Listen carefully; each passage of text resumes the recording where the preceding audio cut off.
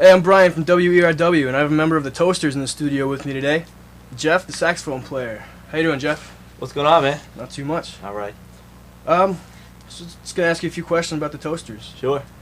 Well, what's your role in the Toasters? Well, I play the sax, and we all kind of pitch in and do everything we can to help the band because we don't travel with much crew, And I like to help set up the merch and deal with that. And Buck usually likes to, handle the tour managing aspect of it. So a lot of times he doesn't get a chance to deal with the merch, So I'm kind of like merch setup guy. All right. Also. How did the Toasters form? Way back when?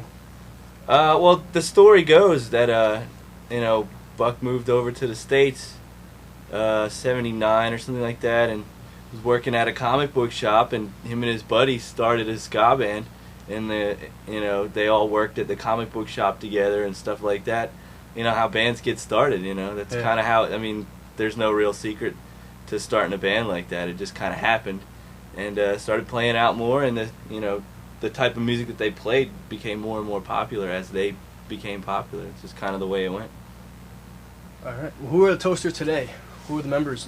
Right now, we got Sledge on the trumpet still, and Ace is playing the drums. He's been playing the drums for the Toasters since like Ska Against Racism era, like late 90s, 97, 98 is when he joined. And right now we're playing with Dan, ex-Meth, ex-Pilfers, ex-Ska Jazz, Big Dan Jesselson. He's playing bass right now, but he's going to be leaving in August to take a full-time production manager job in the city. So I guess we're shopping for bass players right now, and I don't really know who's on the phone for that. I'm not sure, but I'm sure we'll have something going on because we got a lot of work coming up. Somebody will want it. What kind of work you got coming up? Well, we're doing after the summer. Buck's moving to Spain this summer to live there for a while, and starting I think first week of September, we're heading out for a 6 or 7 week United States tour, including all the major markets in Canada, and we're gonna try and go up to Canada with the Planet Smashers, and then meet Big D out on the West Coast and take them down to Cali and do some Colorado stuff with them, and then meet up with the Know-How in Texas, and kind of run a big circle around the States and Canada, and try to spend 7 weeks doing it. Should be good, man. I'm looking forward to it. That's awesome. Sounds like you got a busy schedule. Right after that, man, we go. We end the tour in New York City at the Knitting Factory, and then we have like 3 days off, and then we go out for a 6-week European tour. All continent tour, no England this time, but it's going to be good. We're doing a lot of Eastern Europe, like Slovenia and Croatia and Hungary and Austria, and I think we're even playing like Serbia or some really weird place. Like we're really going out there this time, so it's going to be good, man. It's going to be a lot of work right there. We may have to have one bass player for one tour and a different bass player for another tour. That's what Buck said may end up happening, just because it's hard to get somebody to commit to that much work right away. It's kind of short notice, even though it's pretty early in the year. It's still short notice for that much work. So we'll see what happens, man. But either way, it's going to be awesome touring. The last batch of touring we did was really great. We only expected to get better. Awesome. You mentioned Buck is moving to Spain. I heard a little bit about that. He's going for the summer, he said? Or? Well, he's going to spend most of the summer getting settled in, but he's selling his house in New Jersey and like full on moving his family over there. He's planning on basing a lot of business stuff out there also, and he said that he wants his first order of operations is going to try and get something going in Spain. Spain is one of our best markets in the entire world. It has been for a long time now. Like we can put 500 people through the door on a Tuesday anywhere in Spain. It's just one of those kind of places for us that it's just consistent. But the trick over there is getting all those little pockets together. There's like the Catalonia region, there's the southern people, the Basque people, Portugal, central with Madrid, and they all kind of like, they don't really talk to each other. There's not a great line of communication, but Buck's kind of figured it out because he knows the right people over there, and so he wants to start like an agency, like a go-between guy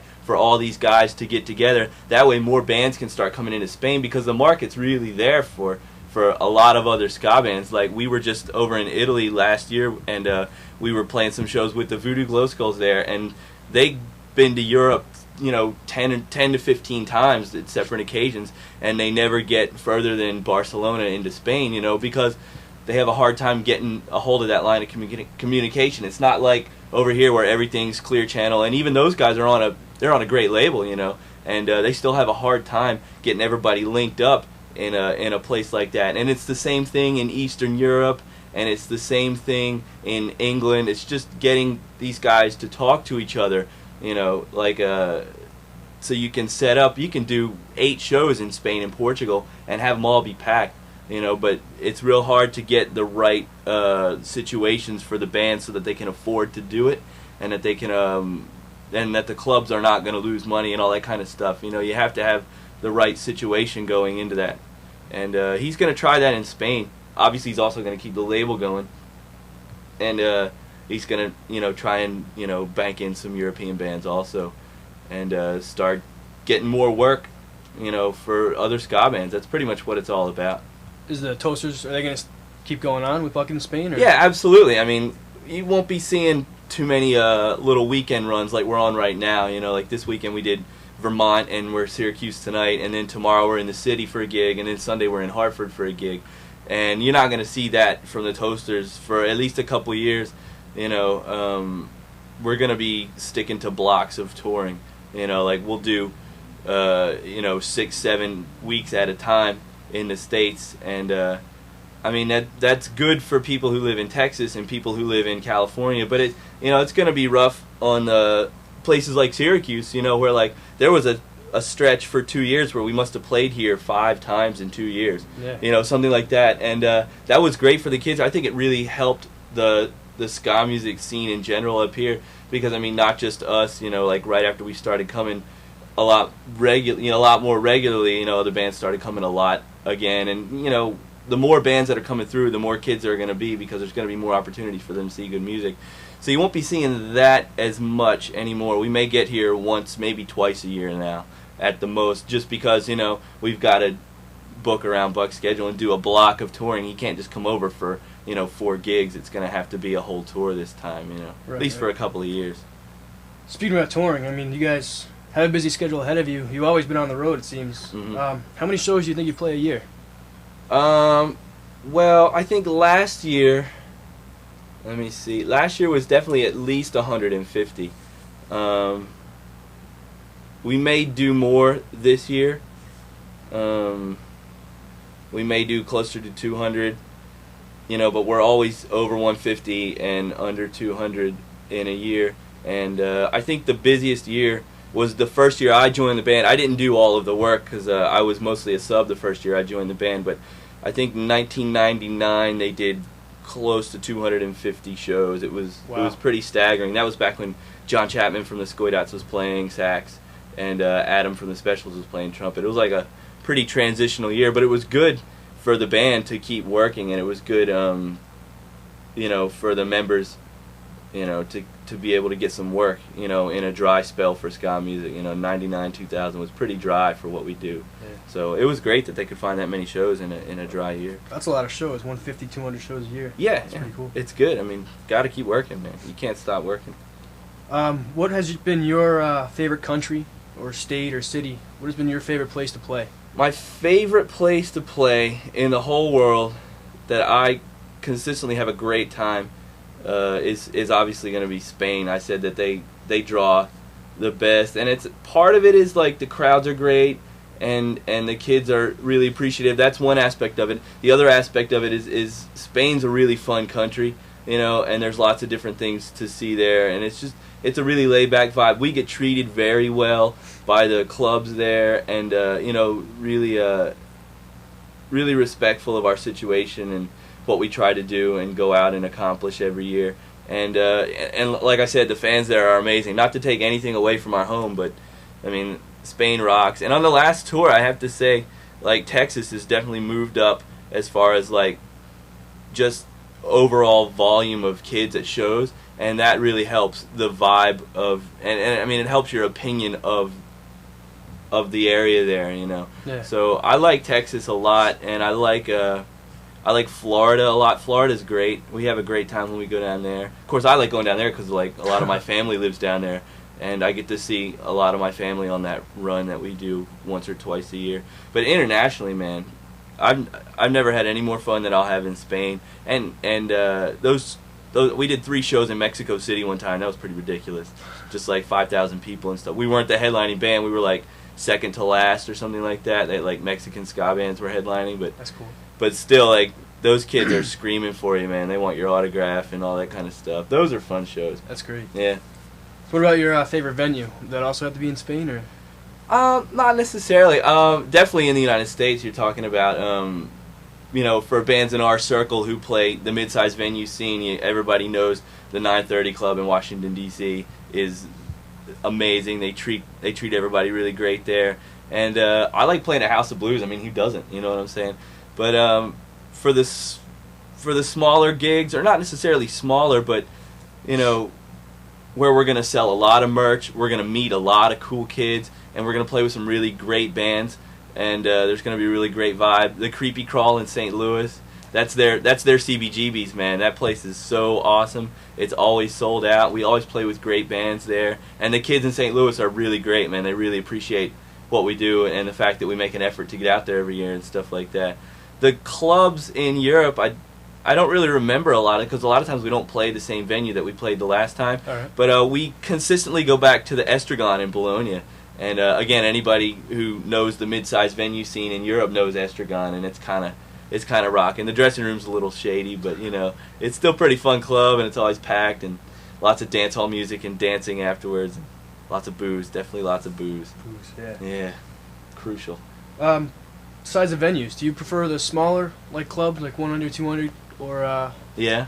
the larger venues? What would you say? I mean, like, it goes back to the market situation. You know, it depends on where you're at and what night of the week you're at and All right. stuff like that. You know, like when we go to Hartford, like for instance on Sunday, we wouldn't play anywhere but the Webster in Hartford unless something really changed there or anything like that. And that's a pretty big place. I mean, that Yeah, place, it's good size. it holds, you know, probably, you know, a couple thousand people when it's packed to the walls or whatever. But I mean, we never do more than, you know, 700 or 800 there at the most, you know, when it's like on a Friday or whatever. But it's really wicked fun to play that place because the sound is great there, and the staff is really hospitable. They're used to dealing with bands. It's not like you show up and they're like, oh, whatever, you know, there's another band here, you know, they're just another band. We have so many bands. They take time to make sure everything's cool. Those venues are cool. Venues like that, like the 930 Club, you know, venues that are used to dealing with bands, but they're not so used to dealing with bands that they get, you know, away from their professionalism and stuff like that.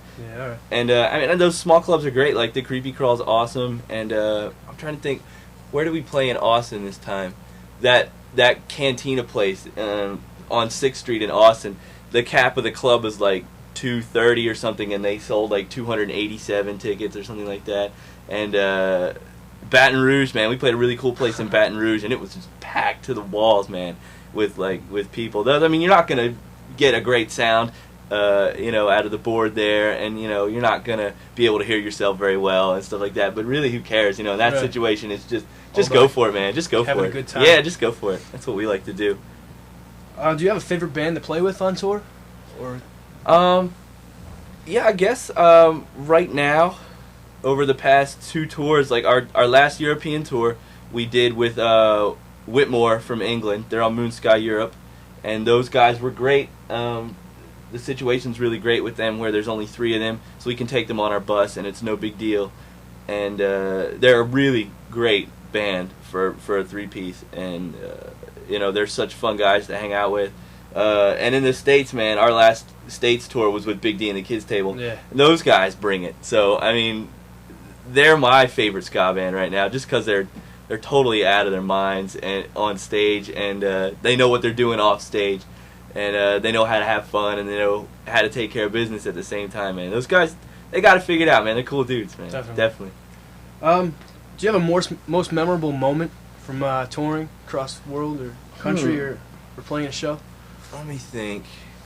There's been some really good ones. I mean, for me, last year we played with the Scatolites in Wisconsin at a festival, and I got to go up and play 2 songs with the Scatolites, and that was pretty cool, man.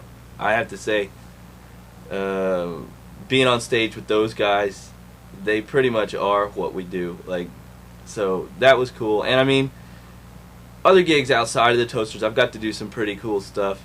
I've got to play with Ronnie and the Ronettes before.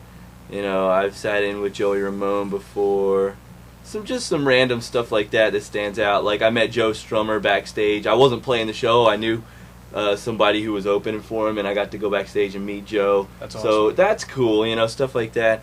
But anytime we go to Europe, we look forward to, like, there's usually one big festival where we're opening for Desmond Decker or Alton Ellis or one of those old cats, you know, and like I like the fast stuff and the punky stuff and rock and roll and stuff, but those guys are still doing it and they still bring it, you know. Like the first time that we played with Desmond Decker was like at this huge sold out place in like Denmark or something like that, and he was just so on, man. That guy he's the best out of the old cats, man. He can bring it, and his band is wicked tight. And one time we played at the Apollo in Barcelona with Laurel Aitken, and that was like 2,500 kids or something like that for just us and him and one other band. It wasn't like a big festival or anything. That was cool, man. Wow. That was cool. That one stands out. Speaking about like these big festivals, just some like Ska Summit last summer. Oh yeah. Ska's Dead Tour. Yeah. Ska Brawl, and Summer of Ska, which is going to come up. Yeah. We're doing that too. How do you think these big tours, big shows, big festivals have influenced the ska scene? Well, I think that's really the most important thing that we can learn from this past year or two of shows is that like just us by ourselves, the Toasters going out. It's not, you know, it's good, it's fun, and we're getting what we need to get by. But when we bring out Big D, or like our previous tour, we did like 9 shows with Real Big Fish and the Selector. Like, that's just what you need to do. And we didn't care about going on first, you know. We're happy to be there, and we're happy to bring what we got to the table. And everybody knows us as far as the bands go, and the managers and promoters. They know we're going to come in and be professional. You know, we're not going to take, you know, 4-hour sound checks, and we're not going to be, you know, total jerks about, you know, our food and our beer and stuff like that. Like, we're just going to show up and do our show and do what we do and be as cool about it as possible. And that's going to help us get involved with other bands. And getting involved with other bands is the most important thing right now. The package tour situation is the best way to go from a marketing standpoint, because you're getting, you know, not just one thing that people want, but 2 or 3 things that people want, you know, putting it together, giving it a name, giving it, I mean, I know it sounds really like sell-out-ish where you're trying to package a product to sell to kids or something like that, but it's really important to have camaraderie amongst the bands, and it's really important to have a lot of friends and you know, enjoy playing with these bands, because you're going to have to play with them down the road, and you want to start a good relationship. Like Big D, we started a great relationship with them a couple of years ago, just playing shows here and there, and then we get this tour together with them. And I tell you, those kids, the places that we played that they had played before, you know, like markets that they had already been through, like they played in Texas before, in Colorado before, and places like that where they had played before were great shows, really great shows. The places that they had never been were pretty average shows, you know. So like that just goes to show you, like, those guys are bringing kids into the door, and that's a good thing when we get in with them, you know. So it's good for us, it's good for them, and it's good for the kids coming to the show, because they're seeing 2 really awesome bands at the same time. Yeah. You know, it was like really did it for me was the Colorado Springs show. We were playing there. We were supposed to play there like a year ago or something like that, and it got snowed out. We couldn't make the show or something like that, and we come back this time, and there's like 200 or 300 pre-sales for the show. They almost sold the club out. It was like 600 people or something like that, and that was part of us, but that was those guys too. They had kids there too, you know what I'm saying? The Ska's Dead Tour is bringing like so many kids. I think almost every show sold out that they did with that bill. So I mean, like, you got to suck it up sometimes if you're a band, you know. Take a little bit less and get another band on the road, you know, and make it happen for the 2 of you, you know, because you're going to sell some merch, and the kids are going to get more involved in coming to shows. You know, that's really the most important thing. Let's talk a little about some of the Toasters albums. Okay. How many albums do you think the Toasters have put out in the last 20, 25 years that you guys have been together? Jeez, I don't know. Well, there's been like at least 10 or 12 studio albums. There's 2 live albums that I know of that are actual albums. There's other like live EPs and stuff like that are out there, like the Live in LA EP from the early 90s that was on Dub 56. Like there's copies floating around of the Dub 56 with Cooley songs at the end and not the live stuff, and then there's copies of it that are just the first 12 tracks and then a bunch of live stuff from the Live in LA EP. So like if you count everything all together, and the live records and the greatest hits that came out here in Canada and the greatest hits that came out in England, and man, it keeps going and keeps going. I don't know, there could be over 17 albums. I know there's a Japanese Christmas album that didn't make it over here. Wow. There's stuff out there like full length. If you're talking full length album, I got to go over 15 at least. So I mean, it's there. I've only played on Enemy of the System, and two of the tracks from that got selected for the Retrospect album that was on Stomp. So I don't have as much discography under me, but I definitely like to help push anything that has to do with the band. So it's cool, man. It's cool that he's got a lot of stuff out. It's important on the road to have merch, and it's important to have a lot of stuff to draw from when you're making a list for set and anything like that. What would be your favorite album, Toasters album?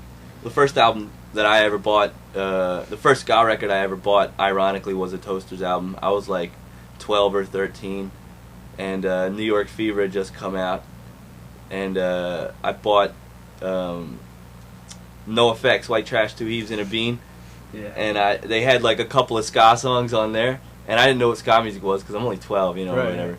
So I go back to the record store in, I forgot, I was in Philly somewhere, and I said, dude, these 2 songs, what is this stuff, He said, well, that's ska music. Here, check this out. And he handed me New York Fever, and I bought it and took it home. And the first song, I was like, wow, I want to do that. That sounds really cool. Because I've been playing sax since I was 8 years old, and I just really started to enjoy by like 4 or 5 years after playing. You really start to enjoy playing the instrument. Because you're really getting somewhere. You can see your transition, and you can see your focus change a little bit, and that was it for me. And ironically, the first ska record I bought was New York Fever. I gotta say that's my favorite one. That's awesome. We still play a lot of songs off that record too. It's really great for me to be able to play those songs live. It's cool. That's awesome.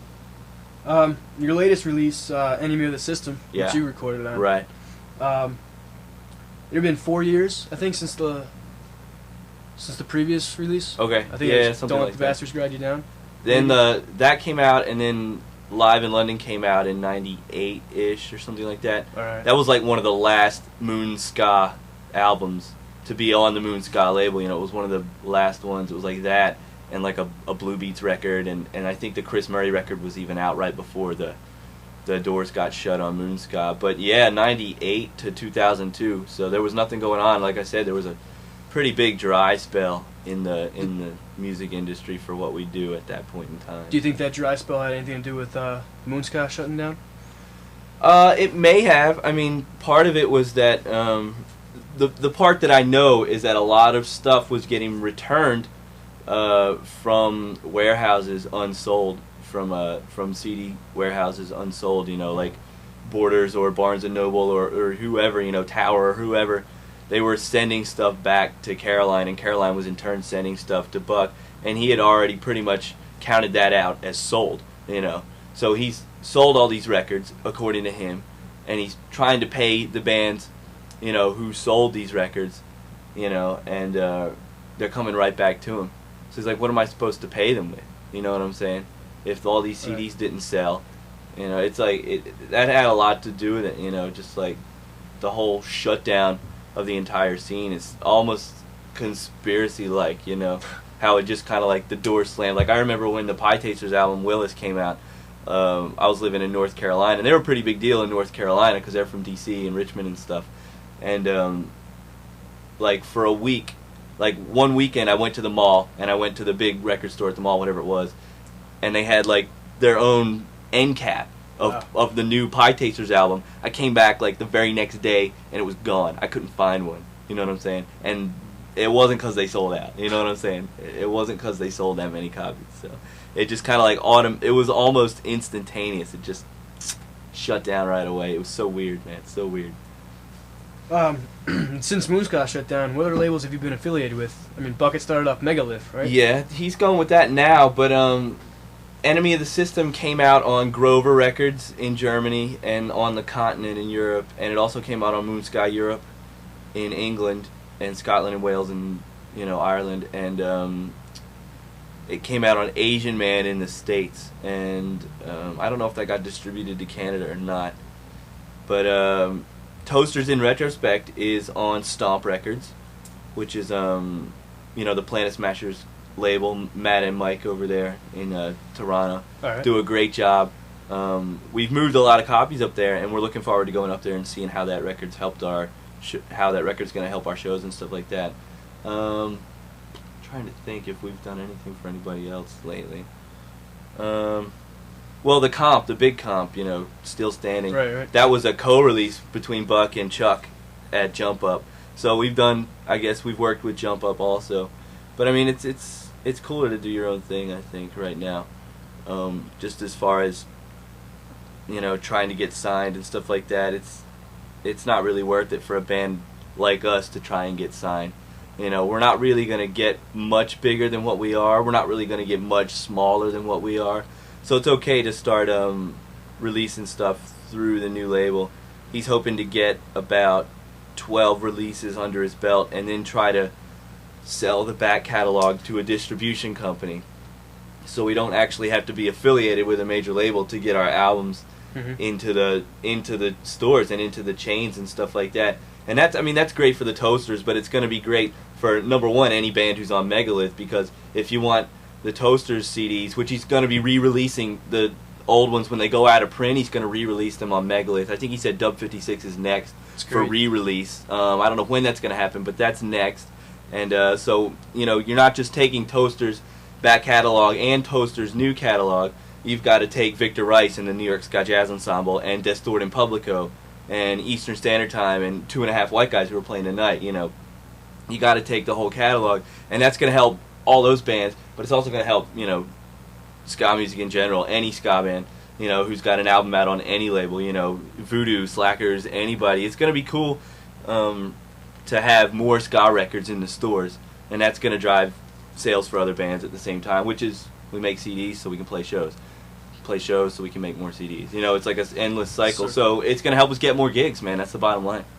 Do you think that Megalith is going to live up to Moonska and kind of take its place in the ska scene? Well, I don't know. It's starting out that way.